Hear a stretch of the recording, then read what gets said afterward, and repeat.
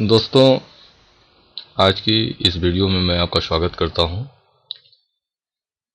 815 number table new Jeevan Anand. आज चर्चा करने जा रहे हैं जो सर्विस टैक्स LIC की पॉलिसी में लग रहा है उसके ऊपर।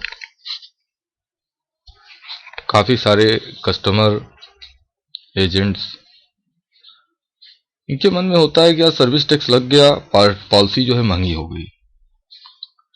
लेकिन अब कुछ ऐसे तरीके हैं, अगर उन तरीकों को फॉलो किया जाए तो सर्विस टैक्स लगने के बावजूद जो प्रीमियम है उस पर सर्विस टैक्स का इफेक्ट न होता हुआ दिखाई देगा आपको। आइए देखते हैं कैसे। अभी पिछले वीडियो को आपने देखा होगा। पॉलिसी की कंडीशंस, कौन पॉलिसी करा सकता है, इसके विषय में बताया गया पहले वीडियो में। दूसरा वीडियो बेस्ड है कि 815 number table new Jeevan Anand की मैच्योरिटी किस हिसाब से कैसी होती है, इसके विषय में बताया गया। डेथ क्लेम अगर हो जाता है न्यू जीवन आनंद में, उसके विषय में विस्तृत रूप से जानकारी दी गई है। और आज आगे की कुछ चीज़ों को बताने का मैं प्रयास कर रहा हूं। उम्मीद करता हूं कि यह आपकी जानकारी को बेहतर करेगा और आप इस पॉलिसी को सजेस्ट करने के लिए, या आपने पॉलिसी कराई हुई है तो उस पॉलिसी की जानकारी के लिए आपके लिए यह वीडियो काफ़ी लाभप्रद होगा। चलिए बात करते हैं सर्विस टैक्स की। तो जनवरी 2014 में जब यह पॉलिसी लॉन्च की गई न्यू जीवन आनंद, तो एक जो नई चीज आई कस्टमर के सामने वो आई सर्विस टैक्स की। तो जनवरी 2014 में यह देखा गया कि भाई फर्स्ट ईयर जो प्रीमियम होगी कस्टमर की, उस प्रीमियम पर 3.09% का सर्विस टैक्स देना होगा कस्टमर को। और पहले साल के बाद जो प्रीमियम जमा करेगा उसको रेनुअल प्रीमियम कहा जाता है। तो रेनुअल प्रीमियम में कस्टमर को 1.545% का सर्विस टैक्स देना पड़ेगा। अब हर व्यक्ति चाहता है भाई हम सर्विस टैक्स या कोई भी टैक्स के रूप में हम एक्स्ट्रा पैसा क्यों दें। तो इसको हम कैसे बचाएं, इसके विषय में इस वीडियो में हम चर्चा करने जा रहे हैं। तो LIC ने सर्विस टैक्स तो दिया हुआ है कि भाई सर्विस टैक्स आपको देना है, लेकिन यहां पर मॉड रिबेट की बात की गई है। मॉड से मतलब है कि अगर आप पॉलिसी कराते हैं तो एक विधि चूज करते हैं कि भैया हम पॉलिसी की प्रीमियम जो है मंथली बेस पर जमा करेंगे, क्वार्टरली बेस पर जमा करेंगे, हाफ ईयरली जमा करेंगे या ईयरली जमा करेंगे। तो यह मॉड होता है। लेकिन इस मॉड को अगर आप, कुछ मॉड ऐसे हैं कि जिस पर अगर आप पॉलिसी लेते हैं तो आपको प्रीमियम में कुछ छूट मिलती है। आइए देखा जाए इस फीचर्स को। जैसे यहां पर ईयरली है, हाफ ईयरली है, क्वार्टरली है और मंथली है। दोस्तों अब एक चीज समझ लीजिए, जैसे 12,000 रुपए, देखिए एक उदाहरण की बात कर रहा हूं। तो अगर 12,000 रुपए अगर LIC को चाहिए किसी पॉलिसी के सम एश्योर्ड के आधार पर, तो 12,000 रुपए आप किसी भी विधि से जमा करेंगे, LIC को 12,000 रुपए का कलेक्शन करना है। अब ऐसे समझें, यदि ईयरली पॉलिसी की जाती है सालाना, तो साल में सिर्फ एक बार ही प्रीमियम कस्टमर जमा करता है। और अगर हाफ ईयरली की जाती है तो साल में 2 बार प्रीमियम जमा होती है। यदि यही पॉलिसी क्वार्टरली विधि से की जाए, तिमाही विधि से की जाए, तो कस्टमर 4 बार प्रीमियम जमा करेगा। और अगर मंथली की जाए तो हर महीने यानी 12 बार में प्रीमियम जमा होगी।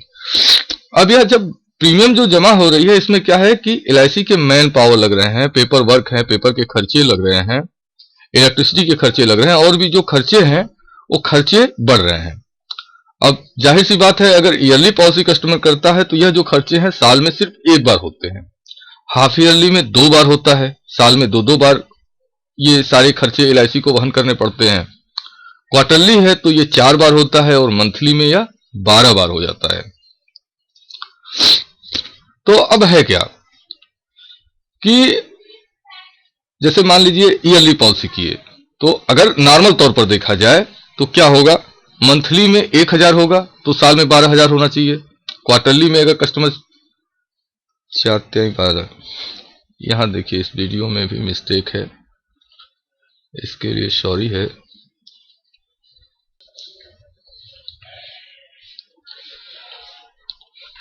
क्वार्टरली में 3,000 रुपए जमा करेगा, साल में 4 बार, 4 3 12,000 रुपए हो जाएगा। हाफ ईयरली अगर करता है तो 6,000 जमा करेगा, साल में 2 बार 12,000 होगा। और ईयरली में करेगा तो 12,000 रुपए साल में 1 बार जमा करेगा। अब क्या है, अब चूंकि मंथली में है क्या कि 1,000 रुपए 12 बार ट्रांजेक्शन करना होता है, यानी जो खर्चे होते हैं वो LIC के बढ़ते हैं, तो मंथली में 5% जो है एक्स्ट्रा प्रीमियम चार्ज हो जाती है। यानी अगर 1,000 रुपए प्रीमियम है तो कस्टमर जो मंथली जमा करेगा वो होगा 1,050 रुपए। यानी साल में टोटल कस्टमर जो प्रीमियम जमा किया वो कितना जमा किया, 12,600 रुपया। अब देखिए क्वार्टरली में क्या है कि कोई भी रिबेट नहीं है, न ही कोई एक्स्ट्रा प्रीमियम है। 3,000 रुपए जमा कर रहा है तो टोटल साल में उसका 12,000 रुपए जमा होगा। लेकिन यही चीज हाफ ईयरली अगर करता है कस्टमर तो क्या है कि LIC के जो खर्चे हैं ये दो जो क्वार्टरली और मंथली मॉड है इसकी अपेक्षा कम होते हैं। तो LIC क्या करती है कि प्रीमियम में रिबेट 1% की रिबेट दे देती है। तो इस कंडीशन में क्या हुआ, प्रीमियम तो उसकी 6,000 थी, लेकिन 1% की जो रिबेट दे दी, तो इस रिबेट के आधार पर 5,940 रुपए उसको प्रीमियम जमा करना पड़ेगा। यानी टोटल एनुअल प्रीमियम जो जमा करेगा साल में छमाही के हिसाब से वो जमा करेगा 11,880 रुपया। अब देखिए अगर सालाना बेस पर अगर कस्टमर करता है, मेरा पॉलिसी की प्रीमियम जमा करता है सालाना बेस पर, तो उसको जो रिबेट होती है वो 2% की रिबेट हो जाती है। यानी 11,760 रुपए ही जमा करना होगा मेरे कस्टमर को। यानी सबसे बड़ा फायदा किसमें है, सालाना पॉलिसी करने में। अगर आप सालाना पॉलिसी करते हैं तो आपको जो प्रीमियम जमा करनी होगी वो 11,760 रुपए करनी होगी। अब आइए सर्विस टैक्स के आधार पर देखा जाए तो रिबेट हाफ ईयरली और ईयरली मोड पर आपको दिखाई दे रहा है। आइए दोनों ही मोड पर देखते हैं। तो ईयरली में क्या है, 2% की रिबेट हो रही है। तो जब 2% की रिबेट हो रही है तो यहां पर क्या है, कस्टमर साल में जमा कर रहा है 11,760 रुपए प्रीमियम के रूप में। अब यदि इस पर सर्विस टैक्स लगता भी है तो फर्स्ट ईयर सर्विस टैक्स लगता है 3.09% जनवरी 2014 के हिसाब से। तो अब ये सर्विस टैक्स लग रहा है, तो यानी प्रीमियम कितनी जमा कर रहा है कस्टमर, 12,001 रुपया। अब 12,000 उसको जमा करना था, तो सर्विस टैक्स अगर देखिए कुल मिला के तो सर्विस टैक्स लगने के बावजूद भी कस्टमर का सर्विस टैक्स नहीं दे रहा है। इसके बाद देखिए है क्या, रेनुअल ईयर प्रीमियम, जो रेनुअल ईयर सर्विस टैक्स होगा वो लगेगा 1.545%। तो अब देखिए है क्या कि 11,942 रुपए मेरा कस्टमर साल में 11,942 रुपए जमा करेगा।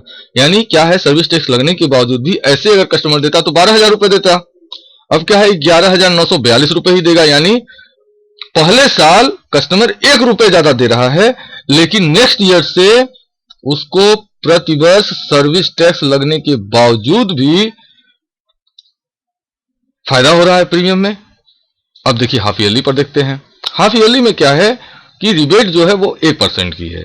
यानी कस्टमर की जो प्रीमियम आएगी वो होगी 5,940 रुपए। अभी पिछले वीडियो में, पिछले स्लाइड में मैंने आपको बताया है। अब क्या है, ठीक है, फर्स्ट ईयर सर्विस टैक्स जो लगेगा वो लगेगा 3.09%। यानी इस हिसाब से अगर हाफ ईयरली प्रीमियम करता है तो 6 महीने में 6,124 रुपए जमा करेगा और सालाना में 12,248 रुपए। यानी पहले साल में जो उसकी प्रीमियम होनी चाहिए उसमें 248 रुपए कस्टमर को ज्यादा लग रहा है सर्विस टैक्स देने के बाद। अब रेनुअल ईयर पर देखा जाए तो रेनुअल ईयर में 6,032 रुपए 1.545% जो है सर्विस टैक्स लगेगा 5,940 पर।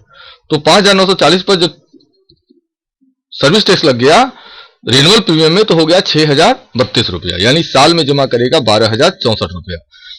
यानी अगर देखा जाए मॉड को अगर ध्यान में रखकर अगर पॉलिसी लें छमाही या सालाना, तो सालाना में सर्विस टैक्स का कोई मतलब विशेष समझ में नहीं आता है, लेकिन हाफ ईयरली में सर्विस टैक्स, हल्का सा सर्विस टैक्स का लोड आएगा।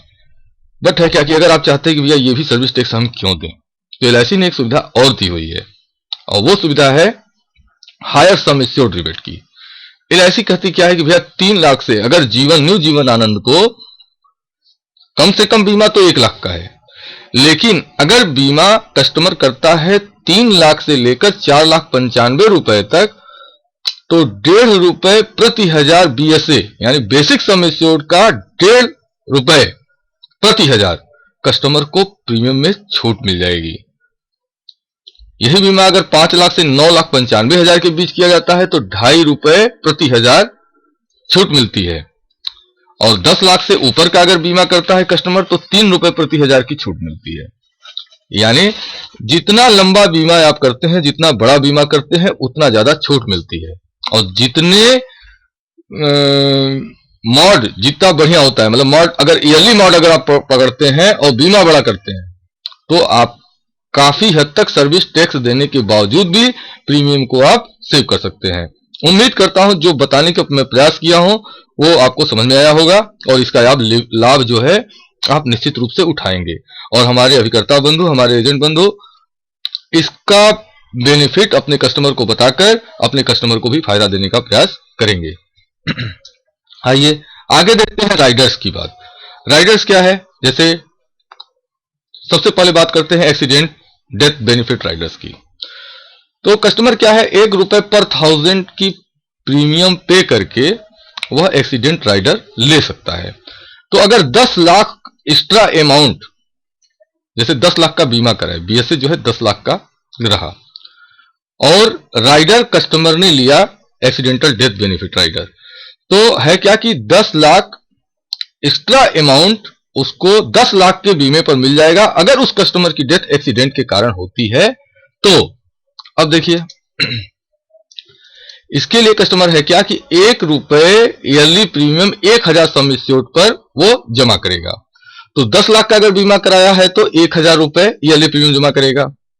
अब यहां पर अगर कस्टमर कराता है ईयरली, ये देखिए ये बात कर रहा हूं सिर्फ और सिर्फ एक्सीडेंटल राइडर की, तो ₹1000 सालाना, 10 लाख के बीमे के लिए ₹1000 सालाना वह एक्सीडेंटल प्रीमियम के रूप में अपने बेसिक प्रीमियम में जमा करेगा। हाफ ईयरली अगर करता है तो ₹500 साल में 2 बार, क्वार्टरली करता है तो ₹250 साल में 4 बार, और मंथली अगर करता है तो लगभग ₹81 साल में 12 बार कस्टमर जमा करता है। और इसका बेनिफिट, एक्सीडेंटल बेनिफिट उसका कि अगर कस्टमर की एक्सीडेंट से डेथ होती है तो बीमा धन के बराबर, बेसिक सम एश्योर्ड के बराबर एक्सीडेंट बेनिफिट कस्टमर को दिया जाता है। यानी 10 लाख का अगर बीमा कस्टमर का है, BSA अगर 10 लाख का है, तो ₹10,00,000 अगर एक्सीडेंट में डेथ होती है कस्टमर की, तो नॉर्मल डेथ में जो पैसा मिलता वो तो मिलता ही मिलता, लेकिन ₹10,00,000 और मिलेंगे।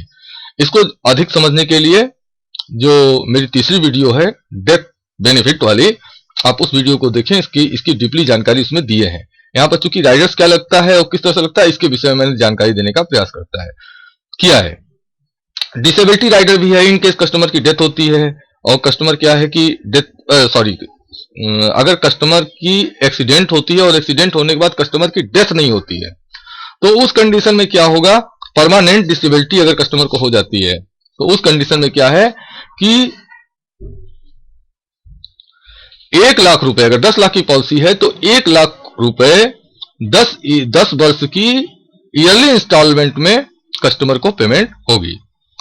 अब इन केस अगर पॉलिसी की बीच में मैच्योरिटी हुई या कस्टमर की बाद में डेथ हो गई, तो उस कंडीशन में क्या होगा कि जितना पैसा कस्टमर को मिल चुका है, जैसे मान लीजिए किसी ने 20 साल का प्लान लिया हुआ है, और 20 साल के प्लान में सपोज दैट 12 साल पर कस्टमर की एक्सीडेंट होती है, परमानेंट डिसेबिलिटी आ जाती है, LIC इसको एक्सेप्ट कर लेती है, तो है क्या कि 13वें साल से कस्टमर को 1-1 लाख रुपए, 10 लाख की पॉलिसी में 1-1 लाख रुपए मिलेगा। तो 13 से लेकर 20 तक यानी 8 साल, 13, 14, 15, 16, 17, 18, 19, 20, 8 साल में उसको कितना मिल गया, 8 लाख रुपए। अब 2 लाख, चूंकि 20 साल की पॉलिसी है, 20वें साल मैच्योर हो रही है, तो अब क्या है, जो कस्टमर का जो पैसा बचा हुआ है वो 2 लाख रुपए बचा है, तो मैच्योरिटी पर 2 लाख रुपए पेमेंट किया जाएगा। और है क्या कि डिसेबिलिटी होने पर प्रीमियम जो है वो वेव हो जाएगी। Grace period. अब देखिए, अगर आप LIC में एक सबसे बड़ी जो जरूरी चीज होती है कि LIC रिस्क तभी लेती है जब LIC में आप प्रीमियम समय से जमा करते हैं। अगर प्रीमियम समय से जमा नहीं होती है तो रिस्क कवर खत्म हो जाता है, पॉलिसी रिस्क नहीं लेती। इन दैट केस अगर कस्टमर उस पीरियड में एक्सीडेंटल या नॉर्मल अगर डेथ होती है तो वो जो डेथ का बेनिफिट है वह कस्टमर के नॉमिनी को नहीं मिल पाता है। तो अगर एलआईसी की पॉलिसी, आप एलआईसी की किसी भी पॉलिसी को करते हैं तो आप इस चीज का विशेष ध्यान दें कि अपने पॉलिसी की प्रीमियम ऑन टाइम जमा करें। लेकिन फिर भी मनुष्य है, उसके जीवन में कभी कभी समस्या आ जाती है, तो उसके लिए एलआईसी ने कुछ व्यवस्था दी हुई है, उसको बताने का मैं यहां पर जरूरी समझता हूं, वह जानकारी आपको होना बहुत जरूरी है। अगर कस्टमर पॉलिसी करता है ईयरली, हाफ ईयरली, क्वार्टरली, यानी सालाना, छमाही या तिमाही, तो एलआईसी क्या करती है कि जो ड्यू डेट आपकी है जमा करने की, उस ड्यू डेट से 30 दिन का ग्रेस पीरियड देती है। यदि इस ग्रेस पीरियड, इस 30 दिन के बाद, 30 दिन के अंदर, यानी ड्यू डेट के बाद और 30 दिन के अंदर अगर आप प्रीमियम जमा करते हैं तो कोई भी लेट फीस आपकी नहीं लगती, पॉलिसी रिस्क भी उस पीरियड में लेती रहती है। बट यह ग्रेस पीरियड है, इसका प्रयोग विशेष परिवेश में ही आप करें, वह आपके लिए हितकर होगा। ग्रेस पीरियड में नहीं जाना चाहिए, यह मेरी राय है। और अगर इस ग्रेस पीरियड में अगर आप प्रीमियम जमा नहीं कर पाते हैं तो फिर पॉलिसी रिस्क से बाहर हो जाती है। अब एक मॉड और है मंथली मॉड। अगर मंथली मॉड में अगर आप प्रीमियम ले रहे हैं, मंथली मॉड में अगर आप प्रीमियम जमा कर रहे हैं तो यह ग्रेस पीरियड 15 दिनों का होता है। लेस पॉलिसी, देखिए आपने ग्रेस पीरियड के अंदर प्रीमियम जमा नहीं किया तो उसके बाद क्या होगा, पॉलिसी में आपको लेट फीस जमा करना होगा। इस ग्रेस पीरियड के बाद, इस ग्रेस पीरियड के बाद आप अगर प्रीमियम जब जमा करेंगे तो आपको लेट फीस जमा करना पड़ेगा और पॉलिसी आपकी फिर से इन्फोर्स रहेगी, चालू हो जाएगी और सारी व्यवस्थाएं स्टार्ट हो जाएंगी। रिस्क कवर और जो भी बेनिफिट है वो सारे के सारे बेनिफिट आपको जीवन आनंद पॉलिसी के मिलने लगेंगे। लेकिन जो ड्यू डेट पर आपको जमा करना था और आपने जमा नहीं किया और उसके बाद 6 महीने के समय आपके बीत गए, 6 महीने तक रेगुलर पॉलिसी आपकी जमा नहीं हो पाई, तो उस कंडीशन में पॉलिसी आपकी लैप्स हो जाएगी। और लैप्स पॉलिसी अगर हो जाती है तो उसको जमा करने के लिए कुछ रूल होते हैं, फॉर्म लगता है, उस फॉर्म को जमा करना पड़ता है। अगर आप पॉलिसी में मेडिकल की रिक्वायरमेंट, मतलब आपको ये आपको दिखाना होगा कि आप स्वस्थ हैं। अगर इसके लिए मेडिकल की आवश्यकता होती है तो एलआईसी मेडिकल के लिए आपको कर सकती है और मेडिकल आपको अपने खर्चे पर कराना पड़ेगा। और भी अगर कोई रिक्वायरमेंट ईसीजी या कुछ भी अगर और रिक्वायरमेंट अगर होती है तो वो आपको कराना पड़ेगा, उसका खर्च आपको खुद वहन करना पड़ेगा। और इसके बाद भी इस चीज की गारंटी नहीं है, अगर आप उस पीरियड में अनफिट हैं तो पॉलिसी को रिवाइवल करने से एलआईसी निगलेक्ट कर सकती है। तो इसलिए इस चीज का विशेष ध्यान दें कि पॉलिसी को लैप्स बिल्कुल न होने दें। अच्छा, इसकी भी एक कंडीशन है, अगर पॉलिसी लैप्स हो जाती है, यह जो 815 नंबर टेबल है, तो इस पॉलिसी को आप सिर्फ 2 साल तक ही, 2 साल के बीच में ही आप इस पॉलिसी को रिवाइव कर सकते हैं। अगर उससे समय अगर ज्यादा बीत जाता है तो फिर पॉलिसी आपकी रिवाइव भी नहीं हो पाएगी। तो इस चीज का खास ध्यान दें और एलआईसी पॉलिसी की प्रीमियम, अगर आपने इस पॉलिसी को कराया है तो इस पॉलिसी की प्रीमियम समय से जमा करें। दोस्तों, आपने हमारा वीडियो पसंद किया है, इसके लिए बहुत बहुत धन्यवाद, थैंक यू।